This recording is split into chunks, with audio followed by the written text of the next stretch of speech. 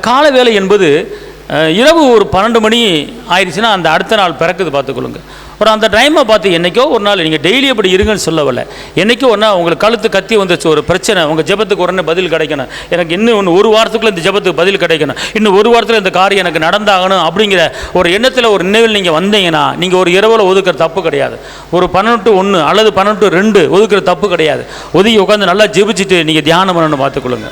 தியானம் பண்ணும்போது அந்த காரியம் உங்களுக்கு என்ன செய்யும்? அது கிடைக்கும். ஜெபத்தில் அமர்ந்திருக்கணும். தேவனை நோக்கி நீங்கள் அமர்ந்திருக்கும் போது நம்புகிற காரியம் அவராலே வருகிறது. அல்லேலூயா சொல்லுங்க பார்ப்போம். அல்லேலூயா.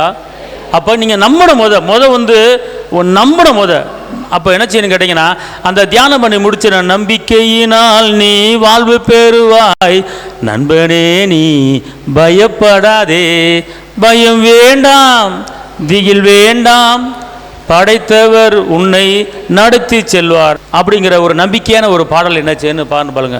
நம்புகிறேன் நம்புகிறேன் நம்பத்தக்க தகப்பனே அப்படிங்கிற அந்த பாடலை பாடும்போது ஒரு இதை முடிச்சிட்டிங்கன்னு வச்சுக்கோங்களேன். இந்த ஜெபம் பண்ணிவிட்டு, அதாவது துதிச்சுட்டு ஸ்தோத்திரிச்சிட்டு ஜெபம் பண்ணிவிட்டு இந்த 1/2 hour தியானம் பண்ணிவிட்டு அதுக்கப்புறம் பார்த்தீங்கன்னா உங்களோட இருதயம் பார்த்துக்கொள்ளுங்க, ஒரு பூ போல் இருக்குது. ஒரு பாரத்தை நீங்கள் பார்க்க முடியாது. ஒரு வெயிட்டை உங்கள் உடம்புல ஒரு வெயிட்டை நீங்கள் பார்க்க முடியாது. அப்படியே லேசாக என்ன செய்வீங்க, நடப்பீங்க, லேசாக வரீங்க, ஒரு பூ போல் பறக்கிற மாதிரி ஒரு ஃபீலிங் அப்போ உண்டாயிரும் பாருங்க.